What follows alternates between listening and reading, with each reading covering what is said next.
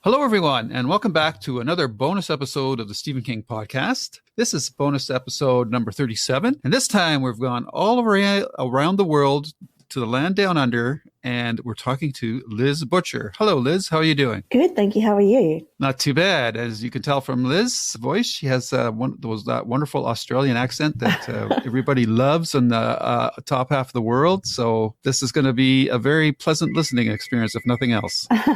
So, Liz, why don't you tell us a little bit about yourself? Sure. So I'm an Australian author. I've been publishing since 2015 and just released my fourth book, third novel last month. Okay. And what's the name of that book? It's called Never Never. Never Never. All right. And is it a fantasy novel or? It's a bit of a mishmash, actually. So it's kind of a paranormal thriller / crime detective novel.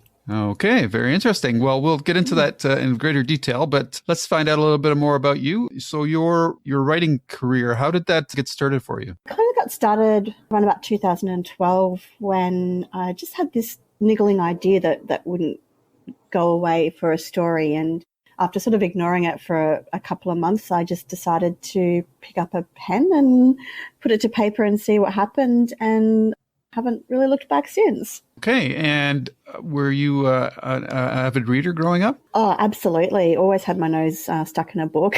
Okay, good. And used to write little stories and stuff as well in primary school and whatnot. But always been a massive, massive reader. Okay. And what kind of books did you like to read? When I was younger, I loved Roald Dahl, Enid Blyton, especially Enid Blyton's Faraway Tree series. I quite often spent time physically up in trees reading books, which was my favourite place. Before I discovered Stephen King when I was about 10, read my first Stephen King book and been, massive sort of horror fan since then. Okay. What was your first King book? It was Cujo. Oh, nice. Yeah. Needless to say, I don't like dogs. Yeah. Oh, okay. There you go. Yeah. So, and that was closely followed by Pet Sematary. Oh, wow. His scariest book to date in my mind. Yeah, it's probably my favourite of his. Yeah. And then my mum was wondering why I'm suddenly sleeping with my lights on. And she found it underneath my pillow. So she made a prompt call to the library and asked them to kindly not let her 10-year-old daughter take Stephen King books out of the library. Oh, well, yeah. Well, that's a story I've heard from other writers. So a lot of us has read King maybe when we were a bit too young, but it's that breaking the rules feeling that you get when you're doing it that makes it so exciting. So exactly. It's like just reading in your bed with a flashlight under the blankets kind of feeling. So that's it. Yeah. Okay. So from your personality perspective, you were an avid reader in that, but how did that translate into learning how to write? Did you take any formal writing courses? What did you go to school? I didn't. No? I just did. I always did well at school and won an award in high school for writing stories. But for some reason, I don't know, I guess I didn't really think that it was something I could make a career out of. So when I went to university, it wasn't sort of writing related. Okay. But once uni and everything was out of the way, I just found all these ideas sort of coming back, and I guess I was just inspired to give it a go. Wow. Okay. So how did you proceed with writing your first novel? Like, what was your methodology? Yeah. Were you just jumped in and see where it took you? Pretty much. It was a really long process for the first book because I had no idea what I was doing. And the ideas came to me in scenes, which was a bit unusual. So I'd just write down, I guess, little notes about certain scenes that were going to appear, but really struggled with putting all the pieces together. So while I was working on that, I started branching out across social media and joining, writing groups and stuff like that to try and, learn a little bit about how to get the ideas onto paper. Mm-hmm. And through that, I actually made some contacts that got me into anthologies. So I started writing short stories in the interim, which I found just a huge help. Right. And I learned a lot that way as well. And so through that experience, I was able to piece together my novel in some kind of coherent format so that I could actually, bring it all together. Okay. And how long did it take you to write your first novel? Oh, a long time. So I started that in 2012 and it was published in 2019. Okay. So and during that time you were doing edits, I guess, based on what you were getting feedback for and so forth?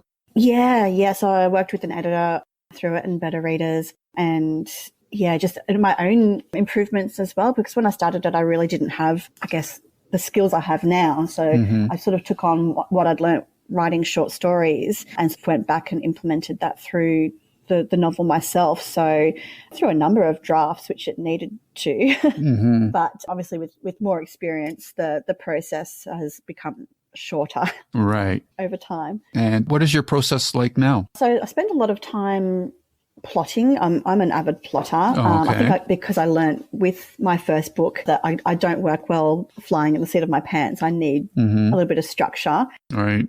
So I quite pedantically plot things through, spend a lot of time, very visual. So I have exercise books and folders of pictures and images and things that I'm sort of using as inspiration. So that's quite an in-depth process, but it means that once I get to the actual writing stage, it tends to be quite quick and relatively smooth because I've done all that pre-work leading up to it.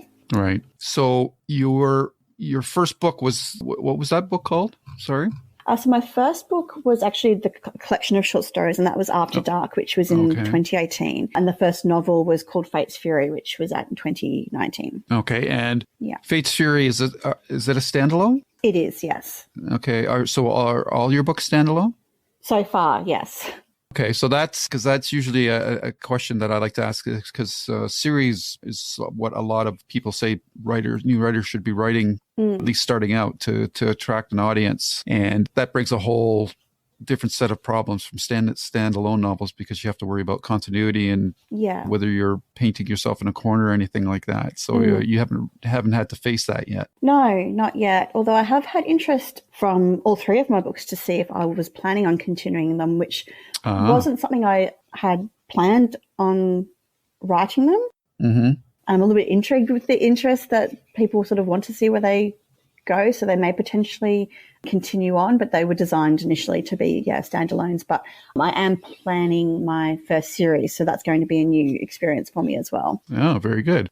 So do you have a writing schedule? Do you have to have like candles lit and scented flowers and whatnot, or can you write anywhere? You go to the coffee shop, to the beach, or whatever? No, I tend to have to be at my desk. I find I'm too easily distracted and prone to procrastination. So anything that's, I guess, too visually stimulating, it's just not going to really work for me. So I ghostwrite as well. So I've got quite a structured schedule from day to day as to what I need to work on and what my sort of goals are each day. But pretty much all just gets undertaken in my study with as little distraction as possible. All righty. So ghostwriting, that's interesting. Do you do you have a set schedule then? Like, do you ghostwrite in the afternoon and creative write in the morning kind of thing? Or how do you work that? I tend to split it on a daily basis. So I will assign a client per day, a project per day, just because I find if you're getting into a really good headspace, you don't want to stop and switch to another project. So that works best for me. And at the moment, I'm just setting aside one day a week to focus primarily just on my stuff. Okay. And when you finish a book, or do you have beta readers, or like, what's your process once you've done the novel? Do you go through a revision process? Like, I know Stephen King says the first draft is for behind the doors only. And then once you do your second draft, you show it to the world. Do you work on that principle? Or I do, because I usually find that the first draft, so much can be changed or will need to be changed. So quite often my first draft will have comments through it as an idea sort of come to me to come back to later. So my second draft is essentially going through all those comments, adding things, changing things, just making sure it's what I want. Right. And then I send it off to my editor. And then she works on it. And then we usually do a couple of passes with her as well. And then I go through some better readers to get their feedback and everything. Okay. And are you self-published or do you have a publisher? I'm self-published. Okay. And that seems to be quite common nowadays. So Mm. did you handle all the aspects of putting your book together or do you have a team for that? Like, do you design your own covers or do you have somebody do that for you? Did you learn how to format? And I assume you're going through Amazon and things like that? Yeah, so the formatting, first two books, I had someone else do it. The last two I've done myself. Okay. My covers are all done by my husband, which Oh, nice. is quite a good cost saver. Yeah. Not necessarily a marriage saver, but a cost saver. Is your husband an artist? He's an architect, so interesting. very good graphically, but he's very pedantic, Mm-hmm. as am I. So we do tend to butt heads a little bit creatively as to who's right when it comes to these covers, but we always get there in the end. Right. So that's always interesting. Mm-hmm. Yeah, I've been doing the formatting myself, and then I have my editor who helps me, perfect it. Okay. And so you've got the book together, and what do you use to write with? Do you use Word, Scrivener? Yeah, I use Word. I have tried Scrivener, and there was another one, Y-Writer, I think it was called. Right. But I don't know. I don't know whether it's too complicated for me or what. I can't quite grasp it. And so I've just switched back to Word. I just find it easier for me. And I find it easier sending backwards and forwards to my editor and with formatting and everything. I don't know. Scrivener's a bit beyond me. I mean, it looks gorgeous and I would love to be able to say that I've got a grasp on it because it's awesome to look at. But I spend a little bit too much time in there with the pretty little cards and putting ideas and plot parts in them. So, yeah, just I get you. Yeah, it's a feature-rich tool, so it does take a bit of effort to use, but I do find it a pretty handy piece of software. Do you use or have your books set up to be done through audio as well? Not yet. It's something that I would really love to do. I've had a number of people ask me if my books are available on audio. I've looked into it, but it seems to be the main system that is used for audio isn't available in Australia. Oh, okay. So I'm not too sure sort of how to go about it as yet, but it's something I am definitely looking into. Okay. Well, I do believe Amazon has a audio tool set that you can use. So I don't know if you've checked into that or not, but that might be worth looking into because I'm assuming that you're plugged into Amazon as well for selling your books. Yeah, absolutely. Yeah. It's kind of you kind of have to be self-published. Yes. So you have one short story collection, After Dark, I believe, and then you have 3 novels, Fates, Furies, LeRoux Manor, or is it LeRoux? I'm sorry LeRoux, if I'm saying LeRoux, and then Never Never. That's right, yeah. And seeing as you're in Australia, I'm just curious where you're setting these books. Yeah, so Fates Fury set in Australia, as is Never Never. LeRoux Manor very briefly starts off in Australia, but then set in an imaginary town in the UK. Oh, okay. No, I was going to say France, but... that was kind of my second choice, but I ended up going with the UK. Okay. So you have used an Australian setting for your novel, and as a Canadian, I know like at one time we believed that I believe that all my novels or works, I don't have novels, but I think if a Canadian was writing, they were thinking that they had to set them in American cities and whatnot. But over the years, it's changed, and actually readers like it if they go to different settings, like writers in Canada that set all their stories in Canadian cities and whatnot. And I'm wondering, did you ever have that issue, or did you say to yourself, I should really set this in an American city, but then you just decided that it's easier for you to write it in an Australian setting? Or I guess it never really occurred to me to want to write it in an American setting because I kind of feel that doesn't make sense to me. I've never been there, so I don't see why you'd want to write about a place that you've never experienced. To genuinely give it what it deserves. Whereas I've been fortunate enough that I've travelled the majority of Australia, so to me that just made more sense. And especially in Fate's Fury, I sort of highlight a lot of sort of our natural places that are very scenic and beautiful. And I don't think that would have worked using a country I'd never been to. Sure. It's one thing to describe it from looking at a picture on the internet, but it's different if you've actually been there, I feel. Absolutely. Absolutely. Yeah. Oh, that's cool, and that's one of the beautiful side effects of this digitization of writing is that we get to access writers from around the world. So and timely for you and for a lot of international writers that's a possibility of that they can explore now. So yeah. I'm curious though, Australia, what's the writers market like there? Again, the digital evolution has probably broken down a lot of barriers for everybody there. Is it a lot easier to be a writer nowadays in Australia than previously when it was all print, or am I just exposing my ignorance of your country by asking that question? It's something I'm still wrapping my head around a little bit, to be honest. From my experience, and I apologize if I'm wrong, but I feel that it's probably easier in Australia to be a writer, especially through traditional publishing, if you're a contemporary writer rather than a genre-specific writer. Right. There seems to be much more market for self-publishing for genre, and that's why I'm not too sure why that is. I mean, people in Australia obviously buy books that are genre, but I find representation doesn't seem to be prevalent unless you're contemporary. Okay. So yeah, it's just curious. I'm just curious because you're so far away from North America that I'm just wondering if there was different considerations or pressures that you feel you face that the rest of the world doesn't. Yeah, I do feel that it's harder for at least the books that I write to try and get traction in Australia. It seems to be much easier to market to the US or the UK. Interesting. Yeah. Not to say that I don't have people in Australia buy my books, but I do find it's probably not as easy as trying to get attention from the US or the UK markets. Okay. Is there a favorite form of fiction in Australia that is different than from here? Or when I say here, I mean North America and whatnot, that we would be surprised by, or do the tastes pretty well run the same as they would in any other market? I think they probably run the same as really any other market. Okay. I guess the only real difference would be that there's a lot more Australiana type books in Australia. Sure. Which makes sense. Mm-hmm. Yeah, I know, like, again, just from the movies that I've seen from Australia, and obviously the first thing that comes to mind for me is like the Mad Max movies and whatnot.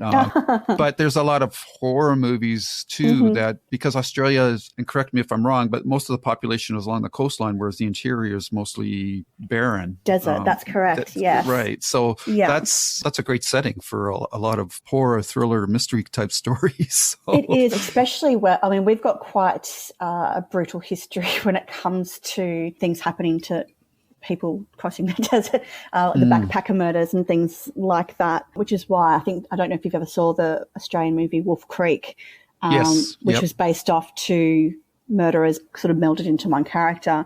Okay. But I think that's what makes that so scary, especially if you've been to Australia and you know what it's like to be in an area that's just vastly desolate.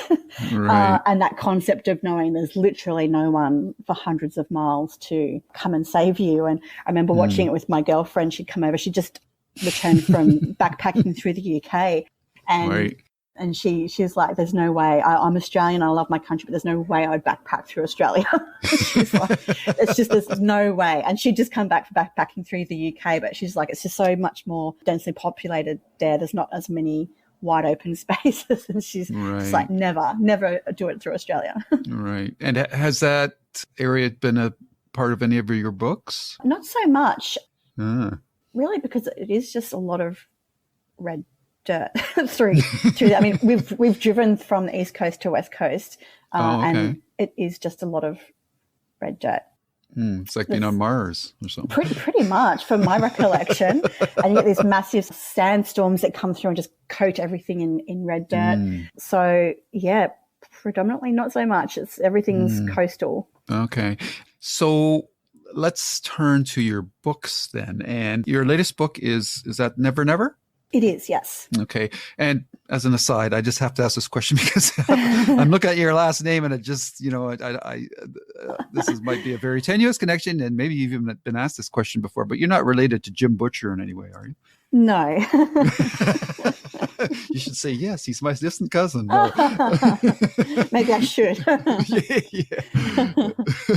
Okay. So, because obviously, he's such a big fantasy writer for anybody that's read the Dresden Files. But I'm just curious then, Never Never has like a Peter Pan kind of reference, but is that an element of the story at all, or? It's actually a sort of a modern retelling of Peter Pan. Wow. But I've set it in the here and now. And Wendy Darling, for those that might remember, Peter Pan was a girl in the original story. And in my version, she's all grown up and she's a detective. Oh. Traumatized by her abduction as a teenager by an entity that she recalls only by the name Pan. So that's the premise, and a local girl vanishes in her room in the middle of the night, much like she recalls happening to herself. And she's worried that Pan has returned, and essentially her whole life just implodes. Okay, so am I correct then in assuming that Peter Pan was the inspiration for this story, or? Yeah. In a way, yeah. So what was the spark moment for you where you say, what if I took this idea and did this with it? Like, how did that happen for you? Yes, it actually came, I was invited to do a piece for an anthology on twisted fairy tales, and originally I was thinking Alice in Wonderland because it was one of my favourites, but I feel it's kind of been done to death. Right. And so my second one was Peter Pan, and then once I started thinking on it, I thought this story is going to be way too much for a short story. Like, I've got a full novel idea here, because I really thought the premise, when you look at Peter Pan at its bare roots, which is essentially this entity coming into your children's bedroom in the middle of the night and luring them away. I mean, what's not creepy about that? I know that Disney makes it look all nice and fun, but when you sort of look at that bare bones of it, I'm like, that's a really scary concept. So that's what kicked it off. Okay. And this detective, like, you've got a detective here. This sounds like, as you mentioned earlier, this sounds like the perfect springboard for a series. So are you entertaining that at all, or? Possibly. I've got this thing with my books. They don't necessarily end cleanly, which I guess is why most people sort of ask me, when's the next book coming out? I don't intend them to be series, but I guess I do leave them as such that they could be. And I can see with the ending of Never Never how I could potentially carry it on. I'm just not too sure at this point how. I wouldn't want to do a sequel without doing it justice. I wouldn't want to just do it for the sake of it. Yep. So I haven't really got anything clear in mind at the moment, but it's not something I'm disregarding either. Okay. And does this story follow any threads from the Peter Pan story that we all know, or is it its own beast? It's its own beast, but you will see characters from the original Peter Pan. So we've got Pan, we've got Hook, we've got Smee. Oh, okay. We've got a version of Tiger Lily. We've got a version of the Lost Boys. We've got the Darling family. We've got Nana, only she's a nanny, not a dog. So that those names that people will be familiar with are there. They're just not how you've seen them before. Okay. And what age group is this book for? Is this YA, adult? Adult. Okay. Are all your books adult? No, LeRoux Manor was a young adult horror. Oh, okay. Fate's Fury was sort of, young adult, either or. Okay. Do you want to do a quick summary for Fate's Fury and LeRoux Manor? Yeah, so Fate's Fury is basically set in the here and now, where the Fates have come back to our realm. They've decided that mankind's had their last chance and they want to decimate us essentially and start fresh without us. Ouch. And then, and so there's a lot of activity sort of that was revolving around these three friends that centers around them. And then we've got an alliance of ancient gods that return purely for the purpose to help mankind defend themselves. But it's sort of that age-old question, A, do we deserve to be saved? And B, what would we be fighting for anyway? Right. So that's where that sort of stems from. And then LeRoux Manor is a young girl forced to move from Australia to the UK when her father inherits a family manor from his estranged uncle. And when she gets there, she's instantly sort of intrigued / scared of the place. She's very drawn to it, but it's not necessarily a good feeling. And on investigation of the attic, she finds a book of old albums and newspaper clippings and discovers that on the day that the manor was launched to the town, her ancestor who built the manor was found murdered and his 5-year-old daughter had disappeared without a trace. She discovers that she's the first female to be born into the family line since that happened. So there's all sorts of stuff happening. The more she uncovers, the more, I guess you could say, the manor responds. So yeah. Okay, very cool. And what are you working on now? I'm working on 2 things at the moment. I'm working on another novel called Sunrise, which is a dark fantasy, and my first series based on a character called Luna Zimmer. She's a paranormal investigator with a twist. So they're my 2 upcoming projects. Very cool. And what's your timeline for getting those done? When I get them done. Oh, that's nice. That's a nice timeline to have. Sooner rather than later, but with the ghost writing, it does slow my own work down quite a lot. So I've only been writing full-time for a year now. Oh, okay. So I'm still trying to, I guess, balance out the 2 worlds. So yeah, I'd like to have something to release next year because that seems to be my pattern so far. I've had something yearly. Right. And I'm kind of panicking a little bit now that Never Never's out and I don't have the next one ready to go. But I guess that's motivation to get moving on it. Right. And that brings up the question I've been asking everybody I've been interviewing the last year because of the unusual times that we've been living in with COVID and whatnot. How did you find that affecting you? Did it sort of kneecap you and did it kill your creative drive or were you not really bothered by it? I've got a spectrum of different answers from a lot of writers. I guess the more professional or more career-oriented writers have been able to power through it, but other people that are not as far along as their career have been, and writing's like a second job for them or whatnot. They found it much tougher. So I'm curious where you are in that spectrum. Yeah, I've been lucky in that it hasn't really affected me because I was already gearing up to leave my day job to write full time. So yeah, good timing. it actually really was. So basically when our office closed down, I only had a few weeks left there and I was only doing a few days a week. So it was really it just lined up really with what I already had planned. So I suppose I was quite lucky in that regard. Okay. Well, that's, the light is at the end of the tunnel for all of us. I guess the only thing for you're actually going into winter right now, are you not? Yes, we are. Yeah. Thankfully. So do you get like snow or does it just get cooler? No. So where I am is very tropical. It's really not suited to me. I love the cold. So I don't even really call it winter here. It just gets a little bit cooler. We might have 1 week that I would consider to be cold, but other parts of the country do get snow and proper winter and autumn. So, yeah. Okay. All right. Well, I think that's all the questions that I had for you. Is there anything that hasn't come up over the course of the interview or something else that you wanted to mention that you would like to do at this time? No, I think that's covered everything. Oh, fantastic. Well, it's always great to talk to writers, and I think you're the furthest away that I've talked to anybody so far. And oh, cool. And it's very cool. And technology is fantastic. Like I feel like you're right beside me. This audio has been fantastic. So it's been probably the better one that I've had so far.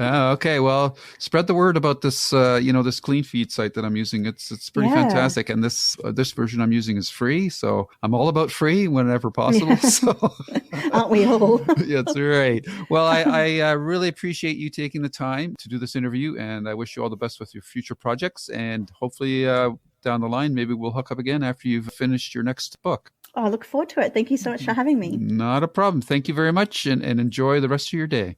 You too. Bye. Okay, take care. Bye-bye.